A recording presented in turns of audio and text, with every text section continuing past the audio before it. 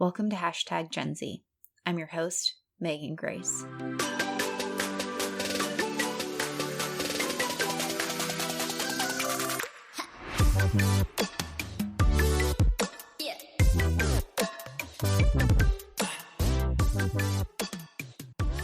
Welcome back. This is episode 14, and we're diving into the topic of Generation Z's advocacy and activism. In our 2014 study, we were curious about what Generation Z was concerned about in regards to social issues, but we also wanted to know how they might go about engaging with those issues. Our findings pointed out that Generation Z prefers to engage with social issues in a few different ways. First, they like to stay informed and up to date on issues. Thinking about how much access to information online Generation Z has, this makes sense. Next, they like to educate other people on the issues. Again, this makes sense for a heavily digitally connected generation who's no stranger to social media. So first and foremost, they engage with social issues by learning about issues and raising awareness about those issues. This had me thinking about the connection as well to Generation Z's motivation. Our research has alluded to the fact that the primary source of motivation for Generation Z is focused on their passion and desire to advocate for something they believe in. When I weave all this together, I can't stop thinking about how primed Generation Z is to be a cohort of changemakers, activists, and advocates. And while some cohort members may engage with social issues in other ways, such as philanthropy, invention, entrepreneurship, and service, I'm excited to connect with a Gen Z advocate who's making her life's mission to address a social issue she cares deeply about. Nadya Okamoto grew up in Portland, Oregon, and is a 21-year-old student at Harvard who's currently on a leave of absence. She's a founder and executive director of Period.org, an organization she founded at the age of 16. Period is now the largest youth-run NGO in women's health and one of the fastest growing in the United States. Since 2014, they have addressed over 500,000 periods and registered over 300 campus chapters. In 2017, Nadya ran for office in Cambridge, Massachusetts. While she did not win, her campaign made historic waves in mobilizing young people on the ground and at the polls. Nadya recently published her debut book, Period Power, a manifesto for the menstrual movement, which made the Kirkus Review list for Best Young Adult Nonfiction in 2018. Most recently, Nadya has become the Chief Brand Officer at Juve Consulting, a Gen Z marketing agency based in New York City. Most recently, Nadya was named InStyle Magazine's The Badass 50, Meet the Women Who Are Changing the World list, along with Michelle Obama, Ariana Grande, and Dr. Christine Blasey Ford. I'm absolutely in awe of the incredible things that Nadya has accomplished so far in life, and I'm excited to share her story and passion with you. Hey, it's Bob Pulver, host to podcast. Human-centric AI, AI-driven transformation, hiring for skills and potential, dynamic workforce ecosystems, responsible innovation. These are some of the themes my expert guests and I chat about, and we certainly geek out on the details. Nothing too technical. I hope you check it out.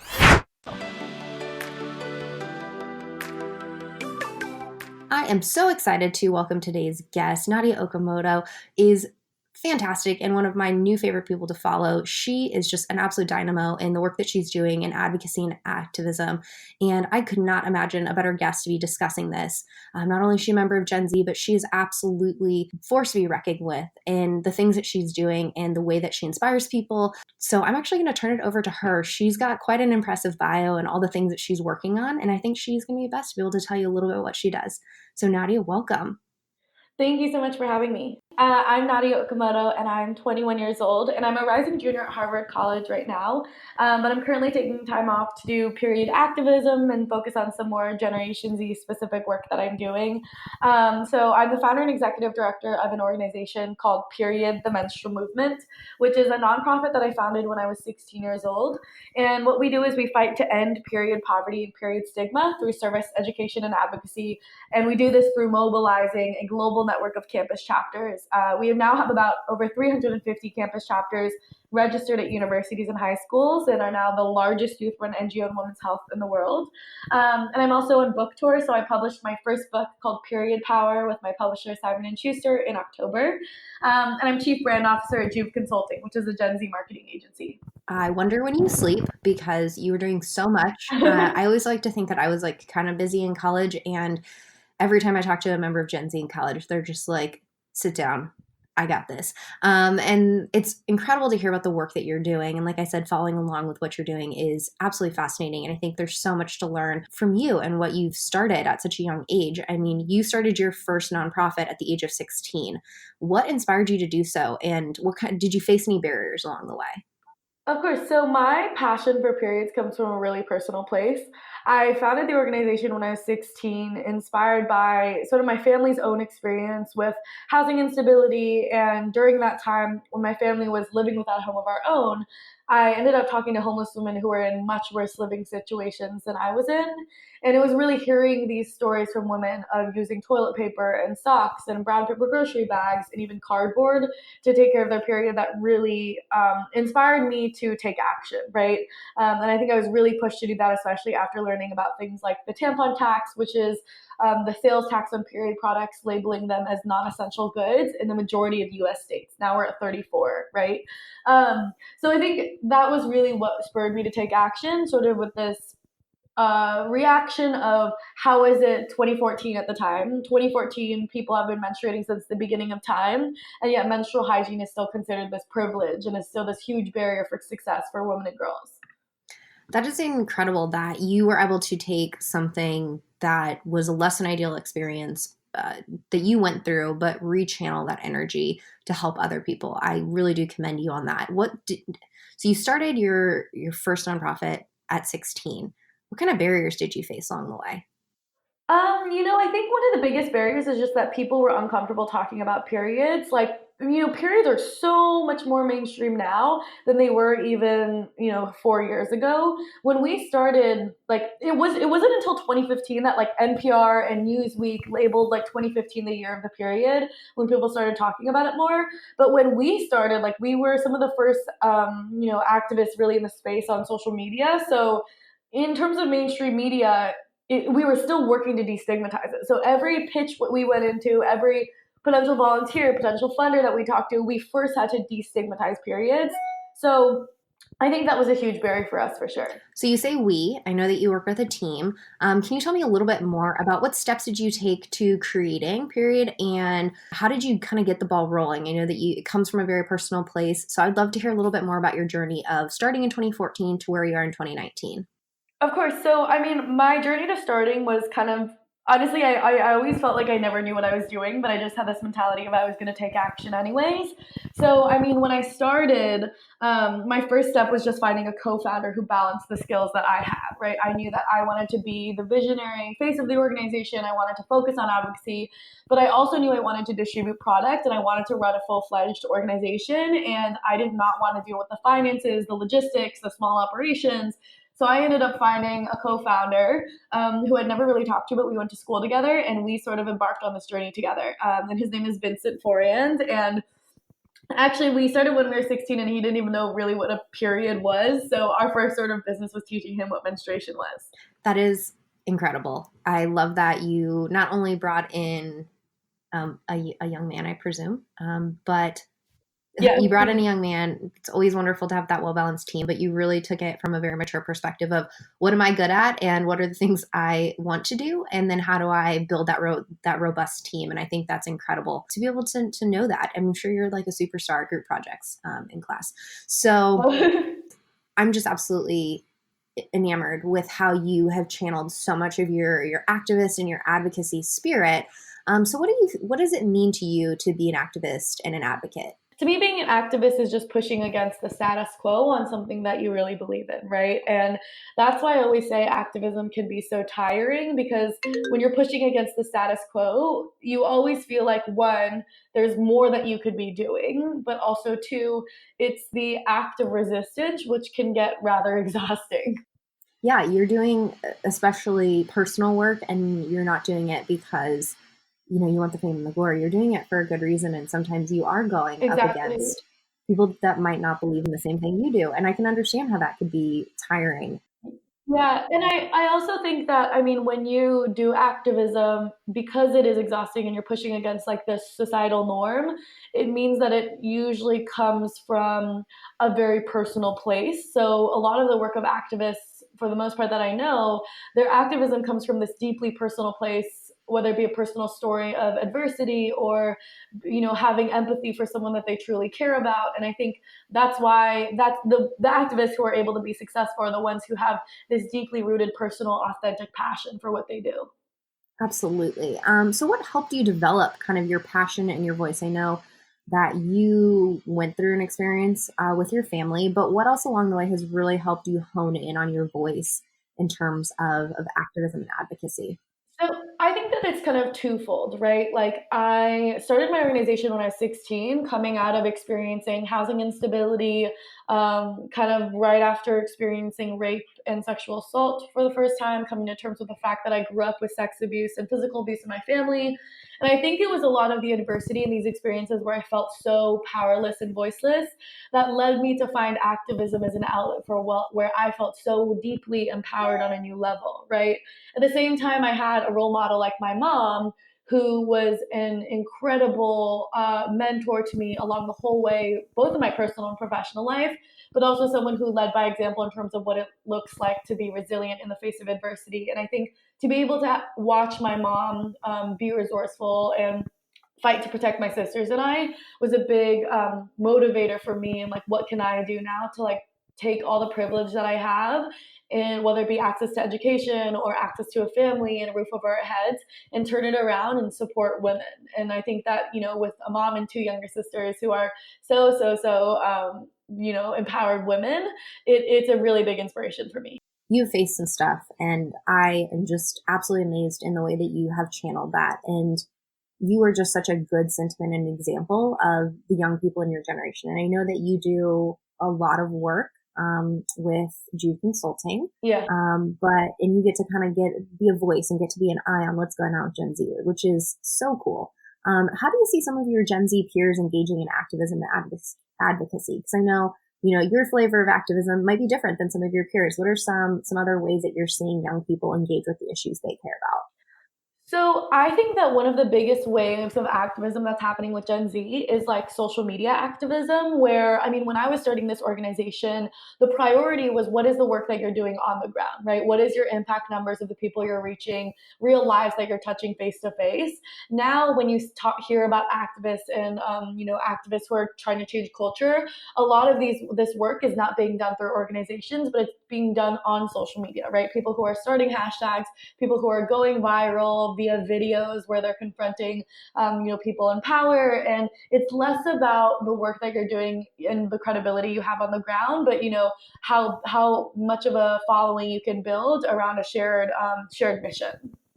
That is absolutely true. And what we've seen in some of our research is that the ability to learn about issues and spread the word about them is one of the ways that Gen Z is most interested in creating social change. Absolutely. And you really summed it up. You summed it up so well in the idea that you might not have as much going on, as you said, like on the ground, and I'm doing air quotes around that, but the ability to distribute a positive message or the ability to connect people through social media, I think that is truly a unique characteristic of your generation, and you're really honing a tool that is so incredibly important. Yeah, and I think one of the biggest pieces of advice I give to people who want to be activists is like, you have to take it off social media too, right? Like at the same time, social media is so important. It's an incredible tool. But at the same time, like you need to be able to, have credibility and defend your work to people who are of older generations and prove to them that you're doing real work.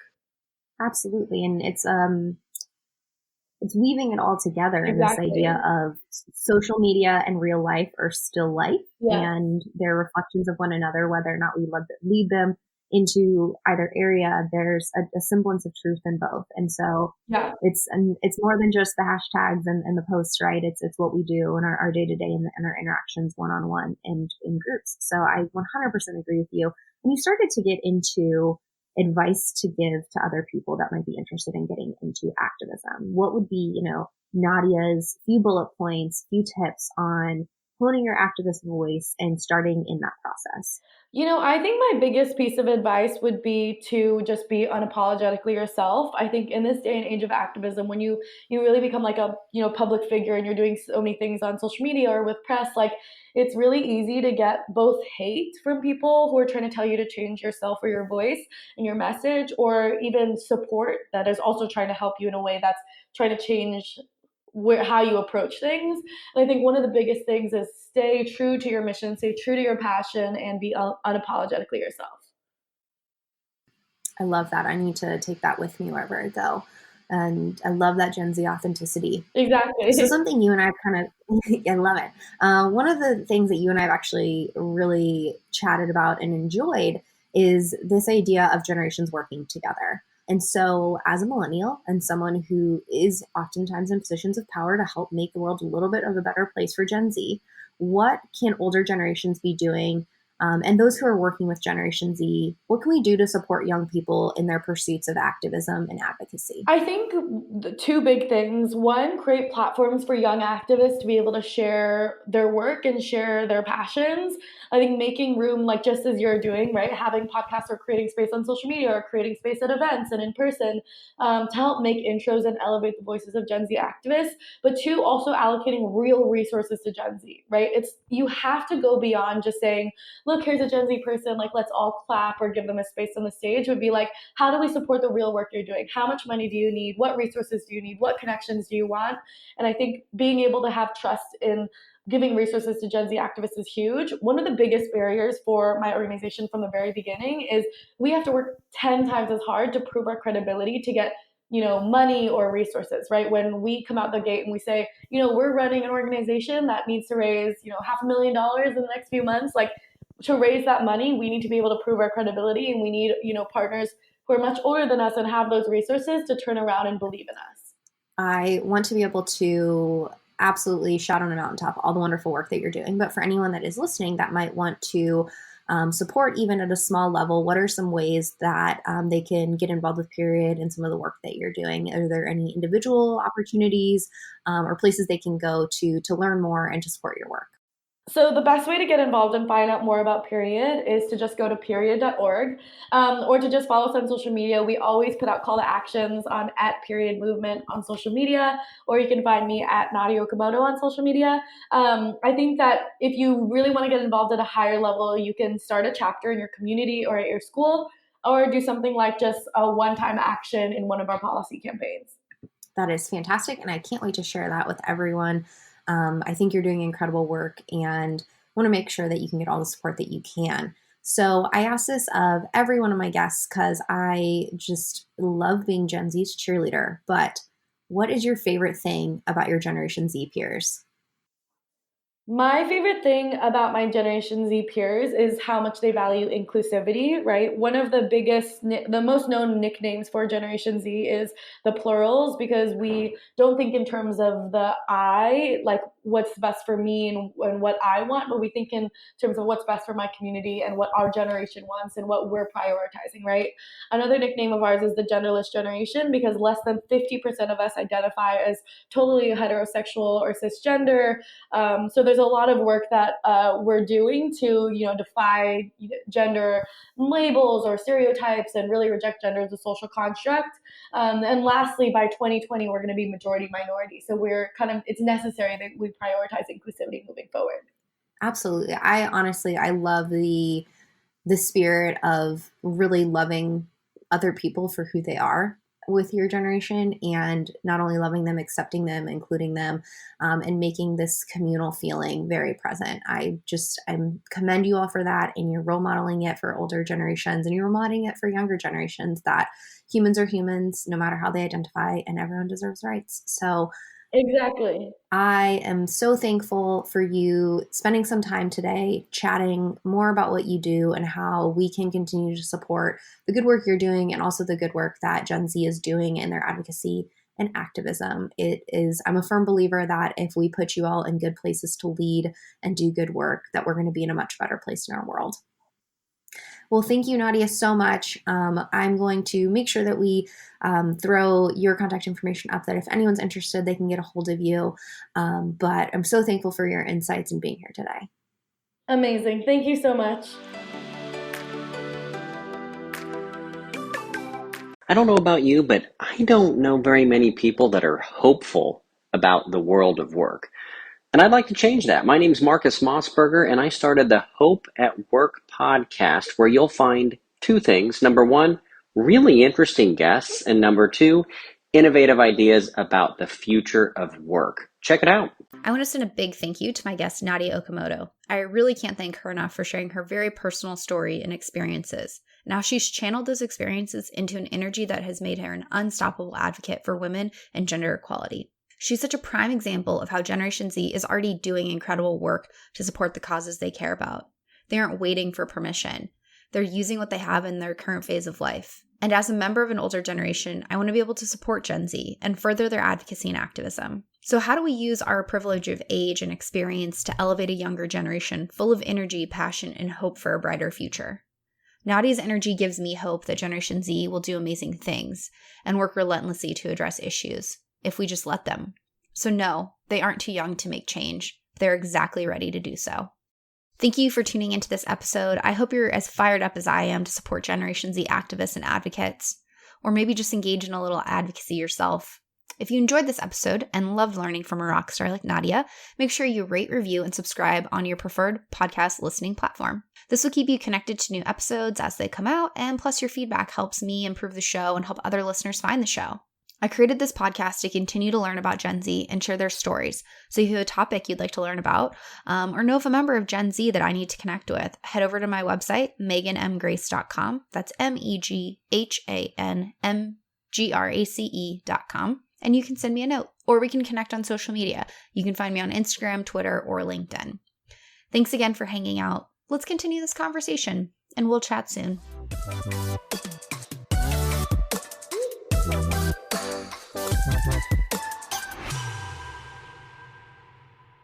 How do you feel when you switch to Geico and save on your car insurance? It's like going to work on Thursday morning and thinking to yourself, just one more day until Friday.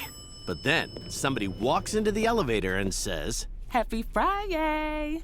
Then you check your phone quickly and discover today is actually Friday. So yes, happy Friday, random stranger in the elevator. Happy Friday indeed. Yep, switching and saving with Geico feels just like that. Get more with Geico.